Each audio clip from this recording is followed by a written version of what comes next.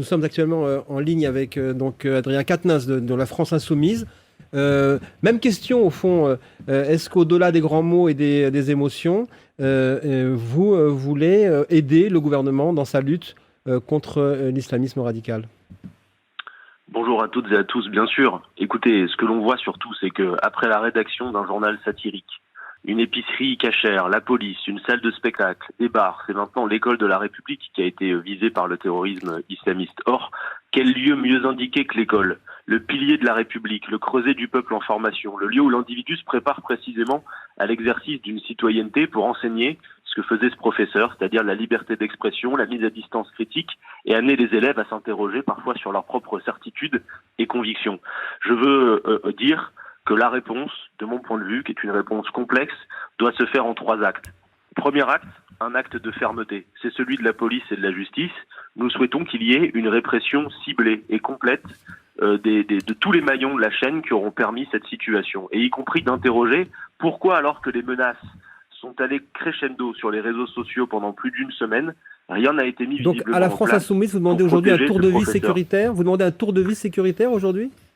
Michael Darmon, vous m'avez posé une question, je suis en train de vous répondre, je vous ai dit qu'il y avait une réponse en 3 actes et je suis en train précisément de vous répondre. Il faut renforcer nos services de renseignement. Nous manquons de moyens humains et matériels déjà pour appliquer les lois existantes en la matière. C'est la première partie de la réponse. La deuxième, c'est un message d'unité. Parce que nous ne devons jamais oublier une chose, c'est que parmi les terroristes islamistes, il y a la théorisation d'un objectif politique depuis les attentats de Charlie Hebdo que nous connaissons, qui est d'espérer, en réaction aux attentats, que s'opère une dislocation, un clivage dans le pays, entre d'un côté les musulmans et de l'autre côté le reste de la population, comme si finalement l'ensemble des croyants pouvait être suspecté de quoi que ce soit. Et la troisième partie de la réponse, mais c'est pas une question de chronologie, vous le comprendrez, parce que comprendre n'est pas excuser, c'est également la question de la prévention en amont. Nous le savons, parfois, ce sont des enfants de la République qui cèdent aux sirènes des fanatiques.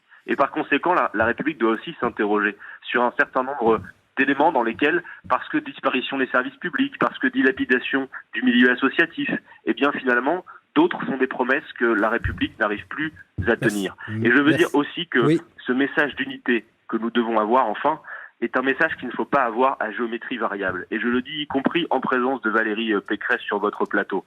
Quand Mireille Knoll a été assassinée et a subi un assassinat à caractère antisémite, nous étions dans la marche et nous n'avons pas fait le tri entre les participants, et y compris nous avons été, comme élus de la France Insoumise, attaqués sans que les élus n'aient à répondre des attaques que nous avons eu à subir. De la même manière, quand il y a une attaque contre une mosquée à Bayonne, c'est un acte antipatriotique. Alors, justement. Et donc nous avons, j'en termine Michael Darmon, participé à une marche sans que nous ayons pour autant à être taxés d'un quelconque islamo-gauchisme. Voyez-vous, je vous fais une petite confidence, je ne suis pas de confession musulmane et je ne suis pas un gauchiste non plus.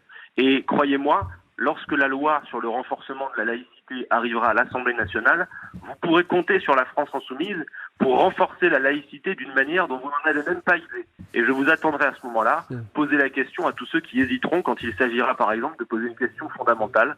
Sommes-nous pour ou contre le fait que la loi de 1905 s'applique sur l'ensemble du territoire français, par exemple, en abrogeant le concordat d'Alsace-Moselle? Les véritables républicains conséquents, je crois qu'ils sont bien aussi parmi nous, mais aujourd'hui, très loin des polémiques, c'est un message de rassemblement et d'unité. Merci Adrien Quatennens. Rapidement, un mot de réaction.